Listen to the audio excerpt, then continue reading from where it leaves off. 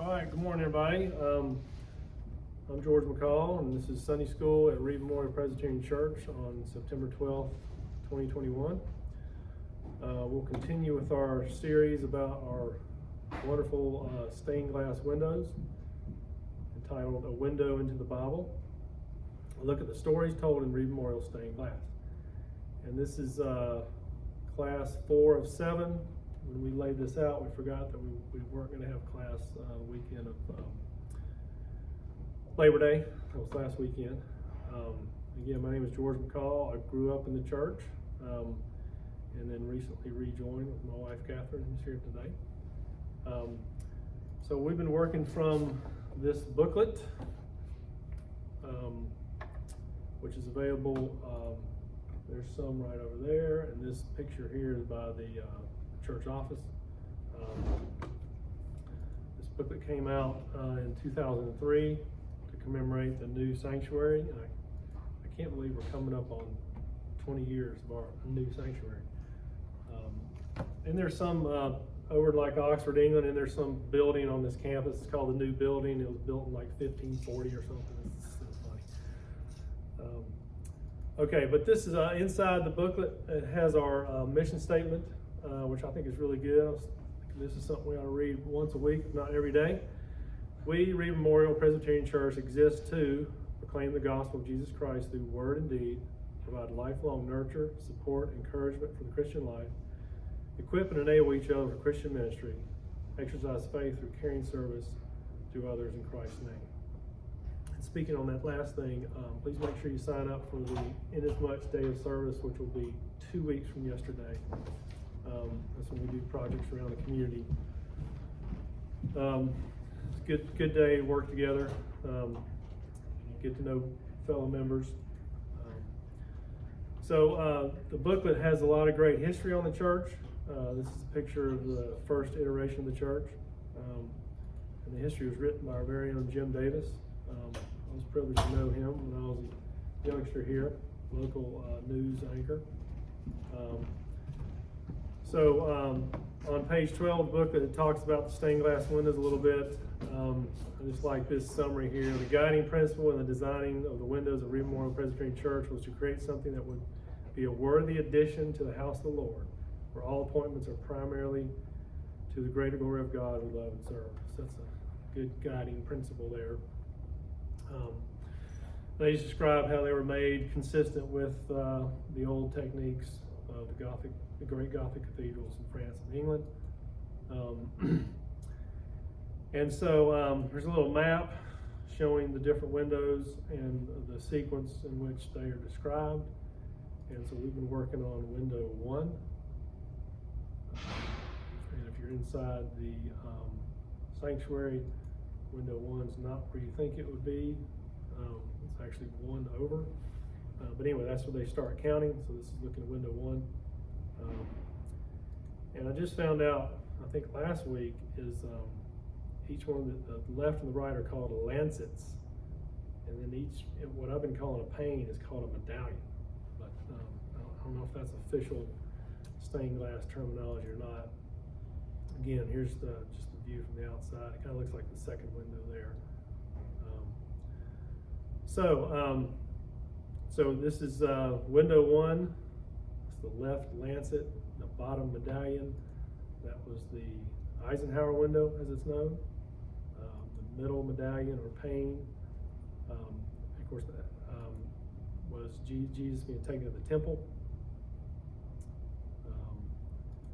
The top medallion or pane was the flight from Egypt. And then last week, so we did last week, we did the flight to Egypt, and then we did two other panes or medallions. This is just showing Jesus working as a carpenter with his dad, and that's, of course, Mary below. And then the bottom medallion was Jesus and Mary and some birds. So we talked about verses where Jesus had spoken of birds. So today we're going to finish up window number 1. Again, we're on the right lancet, middle medallion. And so if you go to the book, It summarizes it there, so I'll zoom in. It says, in the center medallion, Jesus, a boy of 12, is in Jerusalem talking to the teachers in the temple. Near the seated figure are scrolls and a basket. So I went in and took some pictures of my own, get a little bit higher resolution, and then we'll zoom in once more. So, of course, this is Jesus. These are all the teachers and of the law, etc. And down here in the yellow is the basket with the scrolls. And there you see a pillar right here. Are you able to see my pointer? Mm-hmm. Okay. And then down here, these two things look like an x-ray of your mouth, these teeth. Those are, we saw those before when Jesus was taken to the temple. That's kind of indicative of the temple. So what we're going to do is just go to the verses that support this. We'll just be reading a lot from the Bible today. We'll be in Luke, and this is a handy map of the Bible. So before we get started, let's open up with prayer. Dear Lord, we ask that you be here with us as we again approach your word from a little bit different angle, just through the art of the windows here in this great church you provided for us. So please guide our thoughts in these proceedings that be acceptable in your sight. In Jesus' name, amen. So just to humor me, this thing is really handy for kind of structuring the Bible in your mind. So I've been trying to memorize the books of the Bible and see if I can do it. Somebody, can you read it? Can somebody check me? Okay. So Genesis, Exodus, Leviticus, Numbers, Deuteronomy, Joshua, Judges, Ruth, 1st and 2nd Samuel, 1st and 2nd Kings, 1st and 2nd Chronicles, Ezra, Nehemiah, Esther, Job, Psalms, Proverbs, Ecclesiastes, Song of Solomon, Isaiah, Jeremiah, Lamentations, Ezekiel, Daniel, Hosea, Joel, Amos, Obadiah, Jonah, Micah, Nahum, Habakkuk, Zephaniah, Haggai, Zechariah, and Malachi. Is that right? You got it. Very good. So I try to do that on the way in the car every morning. Just learned them as a kid, but just kind of forgot them. So, okay. I seem to be on some kind of lockdown here. I don't know. Should have folded that screen over. Do that. Okay. Sorry about that. Okay, and typically the RSV and the new RSV are read from the pulpit.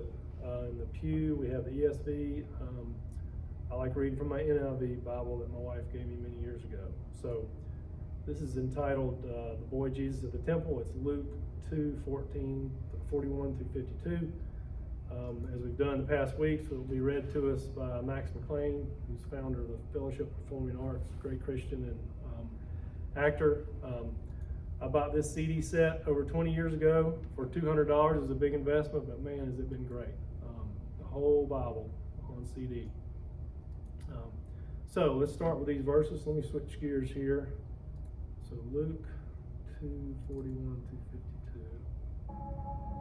Every year his parents went to Jerusalem for the feast of the Passover. When he was 12 years old, they went up to the feast according to the custom. After the feast was over, while his parents were returning home, the boy Jesus stayed behind in Jerusalem, but they were unaware of it. Thinking he was in their company, they traveled on for a day. Then they began looking for him among their relatives and friends. When they did not find him, they went back to Jerusalem to look for him. After 3 days, they found him in the temple courts, sitting among the teachers, listening to them and asking them questions. Everyone who heard him was amazed at his understanding and his answers. When his parents saw him, they were astonished. His mother said to him, "Son, why have you treated us like this? Your father and I have been anxiously searching for you." "Why were you searching for me?" he asked.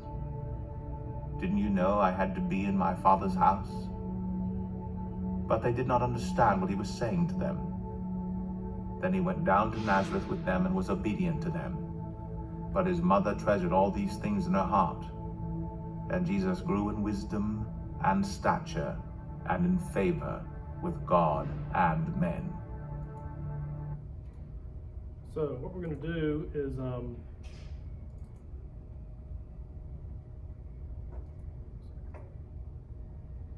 so again, working from my old 1985 study Bible, and basically I just go to, this is where the verses are found in the Bible, and you'll notice there's recommended other verses you look at and footnotes down the bottom. So what I do is I just plow through all these. So let's just see what the people who wrote this version of the Bible suggested that you look at just for reference. So let's start off with the fact that again, the first thing he talked about was every year his parents went to the feast of the Passover. The commentary on this was the annual attendance at 3 feasts by all adult males, normally accompanied by their families, was commanded in the law.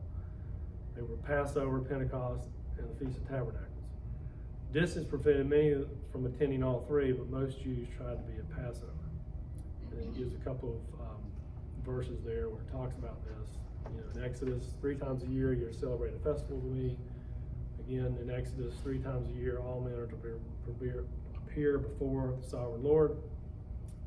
And again, in Exodus, 3 times a year, all your men are to appear before the Lord, the sovereign Lord, the God of Israel. So let's, what I thought we'd do is just look at that a little bit closer in more depth. And so let me switch gears here to Deuteronomy.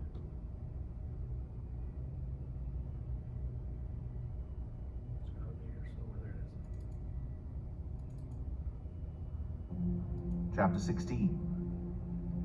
Observe the month of Abib, and celebrate the Passover of the Lord your God, because in the month of Abib he brought you out of Egypt by night. Sacrifice as the Passover to the Lord your God an animal from your flock or herd at the place the Lord your God will choose as the dwelling for his name.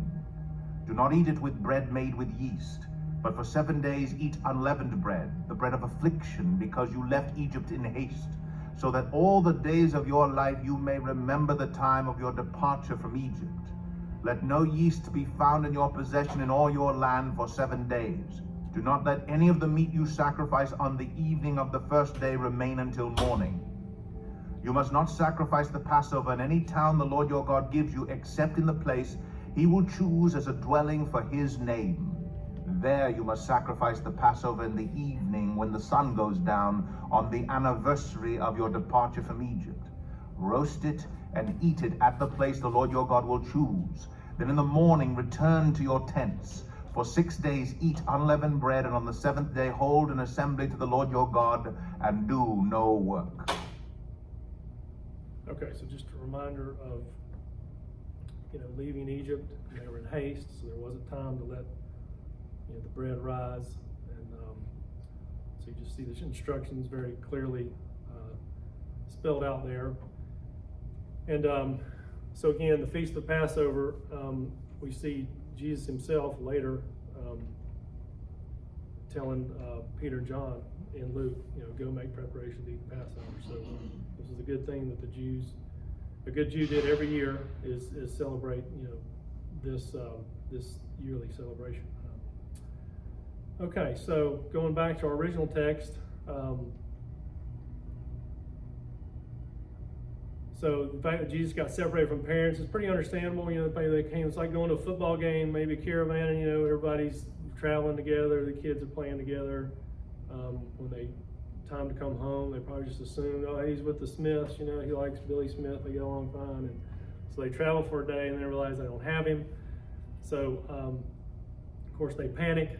And then, so they got a 1 day traveling back, and then, 1 day looking for him, and then they found him on the 3rd day. I just can only imagine the anxiety they had over that. Let me ask you something. Yes. So according to that, they were supposed to go 3 times a year, and it was for 7 days. Yeah, I don't see how many people could do it personally, because just the expense of doing that.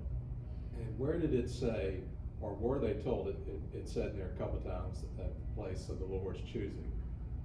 But were they told in the Old Testament that they were always to go to specifically the temple? I didn't dig that deep to look at that. So, good question. But and I don't think all the temples were a week long, just Passover, right? So Succoth, Tabernacle's not. That was definitely That's the just a biggie. day.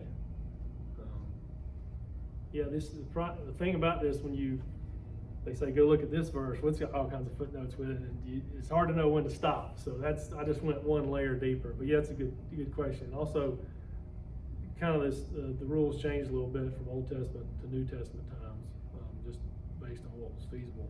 But yeah, it seems like a big commitment, big expense, because where would you stay and buying all your food and stuff?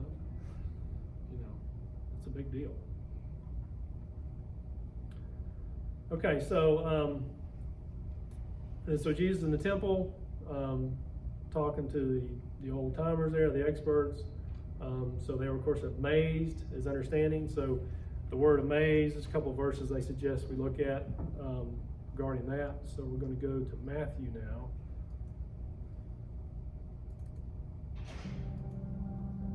Chapter 7. Do not judge, or you too will be judged. For in the same way you judge others, you will be judged. And with the measure you use, it will be measured to you. Why do you look at the speck of sawdust in your brother's eye and pay no attention to the plank in your own eye? How can you say to your brother, let me take the speck out of your eye, when all the time there is a plank in your own eye? You hypocrite, first take the plank out of your own eye, and then you will see clearly to remove the speck from your brother's eye. Do not give dogs what is sacred. Do not throw your pearls to pigs. If you do, they may trample them under their feet and then turn and tear you to pieces. Ask, and it will be given to you. Seek, and you will find. Knock, and the door will be opened to you. For everyone who asks receives. He who seeks finds, and to him who knocks, the door will be opened. Which of you, if his son asks for bread, will give him a stone? Or if he asks for a fish, will give him a snake? If you then, though you are evil, know how to give good gifts to your children, how much more will your Father in heaven give good gifts to those who ask him? So in everything, do to others what you would have them do to you, for this sums up the law and the prophets. Enter through the narrow gate. For wide is the gate and broad is the road that leads to destruction, and many enter through it. But small is the gate and narrow the road that leads to life, and only a few find it. Watch out for false prophets. They come to you in sheep's clothing, but inwardly they are ferocious wolves. By their fruit you will recognize them. Do people pick grapes from thorn bushes or figs from thistles? Likewise, every good tree bears good fruit, but a bad tree bears bad fruit. A good tree cannot bear bad fruit, and a bad tree cannot bear good fruit. Every tree that does not bear good fruit is cut down and thrown into the fire. Thus, by their fruit you will recognize them. Not everyone who says to me, Lord, Lord, will enter the kingdom of heaven, but only he who does the will of my Father who is in heaven. Many will say to me on that day, Lord, Lord, did we not prophesy in your name, and in your name drive out demons and perform many miracles? Then I will tell them plainly, I never knew you. Away from me, you evildoers. Therefore, everyone who hears these words of mine and puts them into practice is like a wise man who built his house on a rock. The rain came down, the streams rose, and the winds blew and beat against that house, yet it did not fall, because it had its foundation on the rock. But everyone who hears these words of mine and does not put them into practice is like a foolish man who built his house on sand. The rain came down, the streams rose, and the winds blew and beat against that house, and it fell with a great crash. When Jesus had finished saying these things, the crowds were amazed at his teaching, because he taught as one who had authority, and not as their teachers of the law. So I realize that's a mouthful. Well, I can't add anything to it. Those are just good words to hear. I'm sure the crowds were amazed. And they've probably never heard anything like it. So let's see. So there's mom fussing at him a little bit. I think it's completely justifiable. I just can only imagine how anxious they were. So after she says that, Jesus' response is, why were you searching for me? He asked. Didn't you know I had to be in my Father's house? The verses they suggest looking at to support this is John 2:1. So let's switch to that.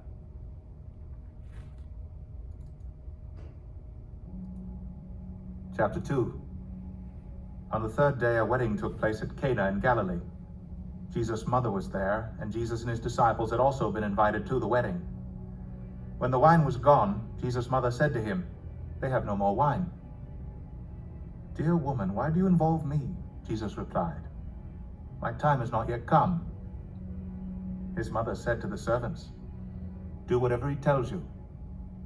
Nearby stood 6 stone water jars, the kind used by the Jews for ceremonial washing, each holding from 20 to 30 gallons. Jesus said to the servants, "Fill the jars with water." So they filled them to the brim. Then he told them, "Now draw some out and take it to the master of the banquet." They did so. And the master of the banquet tasted the water that had been turned into wine. He did not realize where it had come from, though the servants who had drawn the water knew.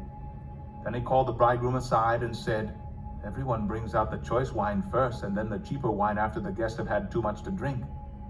But you have saved the best till now." This, the first of his miraculous signs, Jesus performed at Cana in Galilee. He thus revealed his glory, and his disciples put their faith in him. After this, he went down to Capernaum with his mother and brothers and his disciples. There they stayed for a few days. When it was almost time for the Jewish Passover, Jesus went up to Jerusalem. In the temple courts, he found men selling cattle, sheep, and doves, and others sitting at tables exchanging money. So he made a whip out of cords and drove all from the temple area, both sheep and cattle. He scattered the coins of the money changers and overturned their tables. To those who sold doves, he said, "Get these out of here.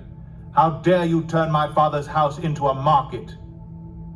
His disciples remembered that it is written, "Zeal for your house will consume me." Okay, of course, the main focus there was, Jesus cleansing the temple, but I wanted to put in that first miracle too, because that was part of the chapter, and I just thought it rounded things out. But it just harkens back to Psalm 69:9, for zeal for your house consumes me, and the insults of those insult you follow me. So again, the disciples that were aware of this prophecy, I guess you'd call it, and that Jesus would have a zeal for his house, and of course want to be his Father's house and want to be there. So Hey, George. yes. Why do you think that Mary's response was, after she gets mad at him and he says, "Why are you worried about me? Didn't you know I was in the house of my Father?" I guess is what he says. Why do you think there's no response to her, or why didn't she know that? I guess there's no way to know. He's just still a kid. I mean, I know, but she obviously knew who he was. Yeah, I guess the explanation I've heard and is that, Jesus becoming the adult Jesus, there was like a transition that he didn't start off with everything. He just kind of ramped up, and maybe he just seemed so normal as a baby and growing up and like a regular kid that maybe she thought it was too soon for that kind of stuff to be happening. I don't know. But I feel like he kind of smoothly transitioned into it. It just wasn't like a step function. Don't you think it could be that she's like a typical mom that just was like freaked out, like, where are you, and just going off, and that's what I think. He was not the right. I don't think she was thinking, yeah, save the world, preach to people. She's thinking, where's my little boy? That's just the way I see it. That she's just a panicked mom, and I know I would have been as a dad. And I don't like to take that as he's saying, like, didn't you know where it was, like that. He's saying, calm her down, saying, yeah. I don't think he had an attitude. This is where I was. Yeah, I think he was just, this is where I'm supposed to be. But the analogy I like to use is, I once heard they said, when you're looking for a job, think about what you like to do when you were 12 years old, and that's like what you're made to do. Whatever you toys you played with or stuff like that. That's what you really like to do. That was sort of helpful for me. But I think that because you think about kids at that age where they can retain facts, like sports facts, it's just, so I think, man, I think he wore them out. I bet he just was espousing so much stuff that those guys were just beat up after a whole day of that. And when the parents get like, all right, take it, we can't. He's just blown us away because he knows everything. These questions, he's killing us, he knows the answers better than we do. I would like to have seen that, I bet it was quite an exchange. Because again, they said everybody was just amazed and astonished. How does this? So how much time do you think had elapsed from the time of the temple incident to the wedding incident? Well, I assume, he's 30 when he started ministry, so. Yeah, but he said his time hadn't come yet. Well, So he yeah, that went was his out. first miracle. So he meant, not ready to kind of take the stage yet. So he didn't want to do any big flashy things, and you see that throughout ministry. Heal somebody, say, look, don't say anything about this, because he wasn't ready for things to ramp up yet. So I think that's what he meant by my time has not come. But I guess he kind of reluctantly did it. Well, it seems like an accidental miracle too. It wasn't like, okay, I'm gonna orchestrate everything. I'm gonna, here's my big moment. No, it's like, hey, they have no more wine. Like, she somehow moved. It's just funny how That's what's funny reluctant he about it. was to do any of that. Well, it's funny when he tells her, it's not my time. She's like, look, just do whatever he says. I can just see her. She's busy. She goes off to the next fire to put out. It's pretty funny to kind of imagine it. Yeah, I think she knows he can do something. Okay. It makes you wonder what was happening, like as a child before he went to Passover. What was happening in the synagogues where in Nazareth? Was he close to the priest? There was this typical behavior, or was this? Yeah, you just go in there cold. Just this kid or did shows it up just and all of a sudden he knows all this stuff, is killing us with these questions. They're calling their buddies like a doctor calling another doctor. Man, you got to come in and help me with this patient. Well, you just can't figure it out. Okay, so let's see. Let's move around. So at the end of this whole ordeal, they find Jesus. All the scribes and all the temple leaders are all blown away. So they go back to Nazareth, and Jesus was obedient to them, and his mother treasured up all these things in her heart. So let's go back. There's another time where they say this about Mary. So let's go look at Luke 2.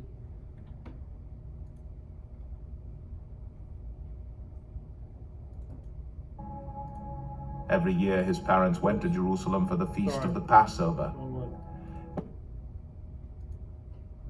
The other Luke. Which one? 2:1. Here it is. Sorry. Chapter 2. In those days, Caesar Augustus issued a decree that a census should be taken of the entire Roman world. This was the first census that took place while Quirinius was governor of Syria, and everyone went to his own town to register. So Joseph also went out from the town of Nazareth in Galilee to Judea, to Bethlehem, the town of David, because he belonged to the house and line of David. He went there to register with Mary, who was pledged to be married to him and was expecting a child. While they were there, the time came for the baby to be born, and she gave birth to her firstborn, a son.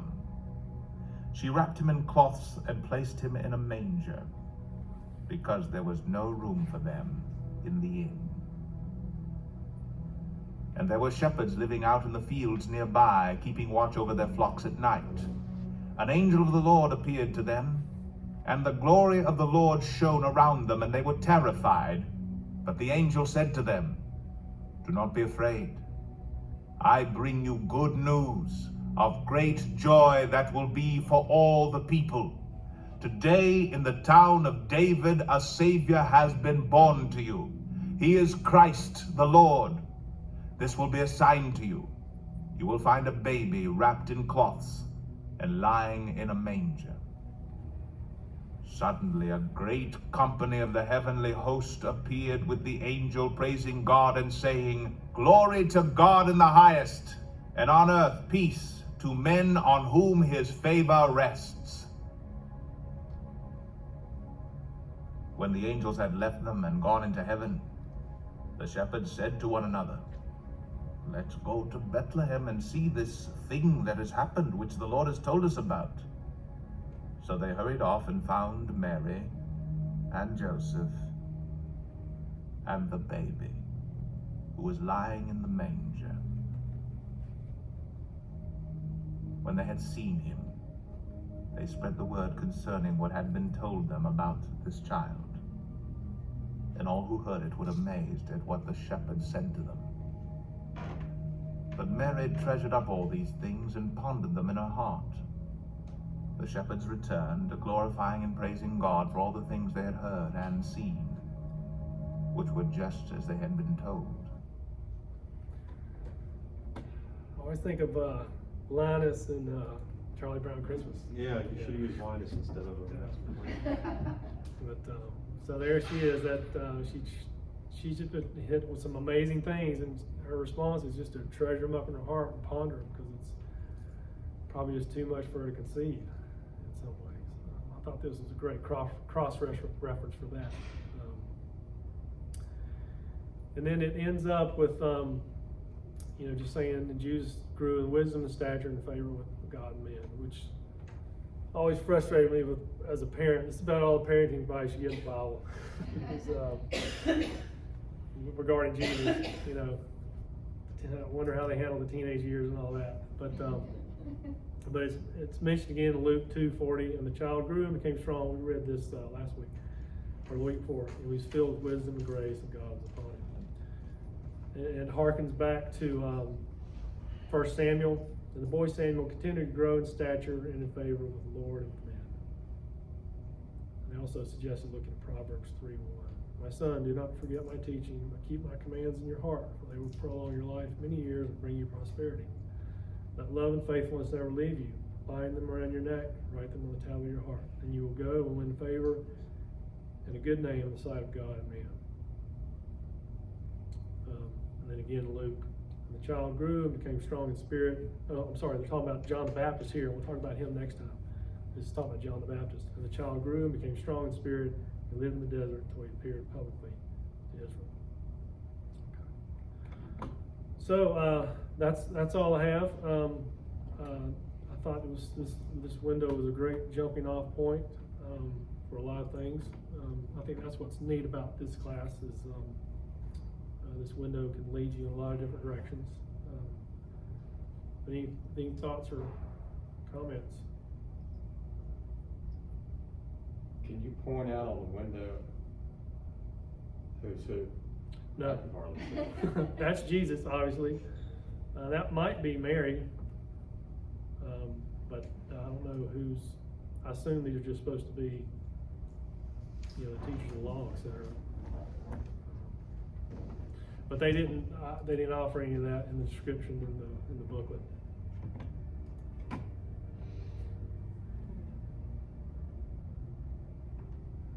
I guess we could cross-reference. Mary and Joseph on either side, flanking. Okay, because they've got the The halo, halo. yeah. Okay, that makes sense. Yeah, Okay, but so- I don't know about the other two. So I assume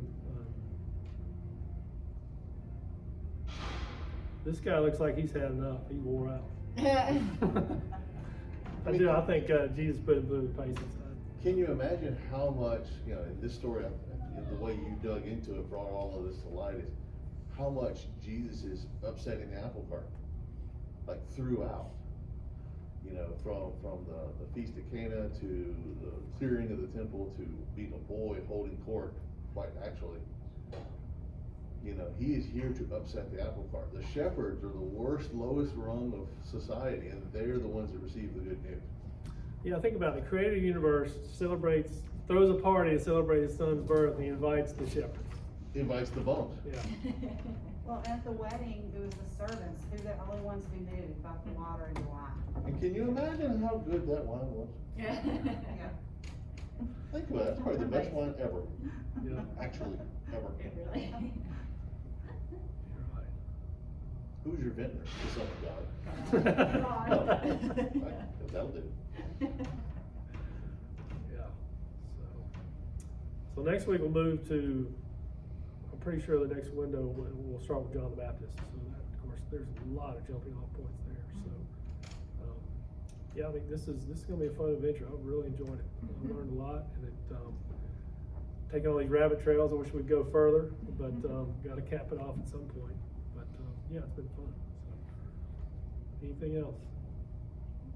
Are you okay with reading along with the guy, watching, following the words as the guy reads? No, that's fine. Super helpful for me, because as an engineer, basically can't read, so, he really, really helps me. But that's why I have a job. All right, I guess you can cut it off. All right, we'll see you Thanks, George. next week. No.